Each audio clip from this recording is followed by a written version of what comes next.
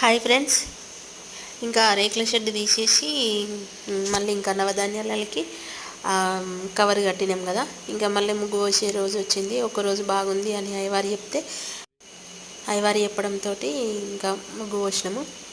చూసిరా, నవధాన్యాలు మంచిగా మాకు మొలకలు ఎత్తినాయి. ఇంకా 1 డే భూమి పూజ చేసినాము, ముగ్గు పోసినాము.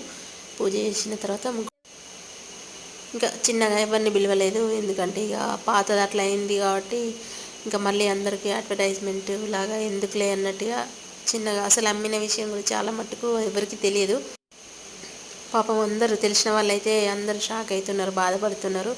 కానీ ఇంకేం చేయలేం కదా.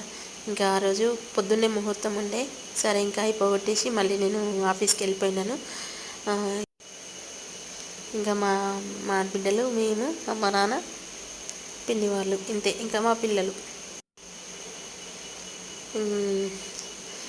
ఇంకా వర్క్ అయితే నడుస్తుందండి. ఇప్పుడు వర్షాలు పడడంతో వర్క్ ఆపేసినాము. అన్నీ కొందామంటే రేట్లు కూడా బాగున్నాయి. మరి మా ఇల్లు ఎప్పుడైతుందో చూడాలి.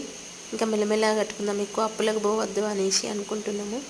ఇంకా అందరు ఏమన్నారంటే, ముగ్గు పోసిరు కాబట్టి, ఇక పూజ చేసిరు, ముగ్గు పోసిరు కాబట్టి దీపం పెట్టాలి అని అన్నారు.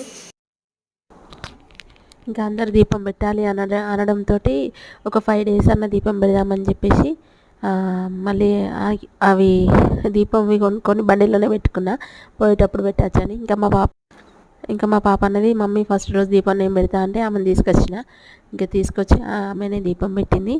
అట్లా ఒక 5 days దీపం పెట్టినాం. యాక్చువల్ అయితే వాళ్ళు కొందరు ఇల్లు అయ్యేదాకా పెడతారట, ఇళ్ళకి పోయేదాకా. ఇక మనం అంత పెట్టాలంటే నేను పోయేసరికి 7:30 అవుతుంది. అసలు ఇక లైట్లు వేసే టైంకి దీపం పెట్టాలనేసి అన్నారు. కానీ ఇంకా సరే ఒక 5 days అయితే పెడదాంలే అని చెప్పేసి 5 days పెట్టినాము. 5 days పెట్టిన తర్వాత ఇక మళ్ళీ ఒక నెల తర్వాత అట్లా వర్క్ చేయడం అయితే స్టార్ట్ చేసినాము. వర్క్ చేయడం స్టార్ట్ చేసినాం కానీ ఇంకా అది ఇంకా మెల్లమెల్లగా నడుతుంది అన్నట్టు పని. ఇట్లా చిన్నగా మేమే దానికి ఒక చిన్న రూమ్ లాగా సెట్ చేసి దీపం పెట్టేసి రోజు ఇంకా వెళ్ళినాం అన్నట్టు. అసలు ఒక ఇల్లు కట్టడం కానీ, ఒక పెళ్లి చేయడం కానీ అది చాలా అంటే చాలా ఖర్చుతో కూడుకున్న పని. మనం కోరుకున్న ఆ దేవుడు కూడా మనకు అంత సపోర్ట్ ఇవ్వాలి.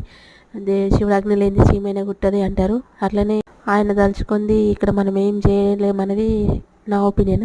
ఇంకా అన్ని వీడియోస్ అప్లోడ్ చేస్తా. Thank you friends, please watch, support చేయండి మా వీడియోస్ని. థ్యాంక్ యూ అండి. ఇంకా మేము 10 lakhs వ్యూస్కి దగ్గరలో ఉన్నాం. Thank you.